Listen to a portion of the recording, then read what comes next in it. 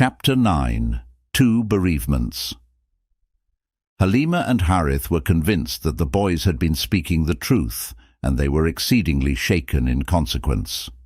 Harith feared that their foster son had been possessed by an evil spirit or smitten by some spell, and he told his wife to take him with all speed to his mother before the harm he had suffered became apparent in him. So Halima took him once more to Mecca, intending to say nothing about the real reason for her change of mind. But the change was too abrupt, and Amina, not to be deceived, finally compelled her to recount the whole story. Having heard it, she dismissed Halima's fears, saying, "Great things are in store for my little son."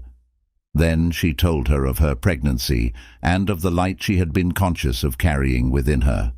Halima was reassured, but this time Amina decided to keep her son. "Leave him with me," she said, "and a good journey home." The boy lived happily in Mecca with his mother for about 3 years, winning the affection of his grandfather and his uncles and aunts and his many cousins with whom he played. Particularly dear to him were Hamza and Safiya, the children of Abd al-Muttalib's last marriage, which had taken place on the same day as that of Muhammad's parents. Hamza was his own age, Safiya a little younger, his uncle and his aunt through his father, his cousins through his mother, and a powerful and lasting bond was formed between the three of them. When he was 6 years old, his mother decided to take him on a visit to his kinsman in Yathrib. They joined one of the northbound caravans, riding on 2 camels, Amina on one of them, and he on the other with his devoted slave girl, Baraka.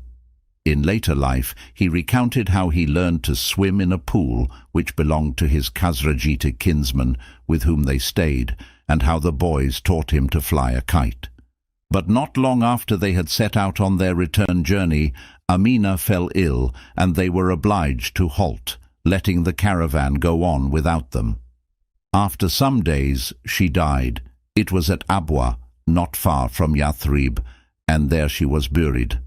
Baraka did what she could to console the boy, now doubly an orphan, and in the company of some travellers she brought him once more to Mecca. His grandfather now took complete charge of him, and it soon became clear that his special love for Abdullah had been transferred to Abdullah's son. Abdul Muttalib was always happy to be near the Kaaba, as when it had been his wont to sleep in the Hijr at the time when he had been ordered to dig Zamzam. So his family used to spread him a couch every day in the shadow of the holy house, and out of respect for their father, none of his sons, not even Hamza, would ever venture to sit on it. But his little grandson had no such scruples, and when his uncles told him to sit elsewhere, Abdul Muttalib said, "Let my son be, for by God, a great future is his." He would seat him beside him on the couch and stroke his back, and it always pleased him to watch what he was doing. Almost every day they could be seen together, hand in hand, at the Kaaba or elsewhere in Mecca. Abdul Muttalib even took Muhammad with him when he went to attend the assembly where the chief men of the town, all over 40, would meet to discuss various matters. Nor did the 80-year-old man refrain from asking the 7-year-old boy his opinion on this or that.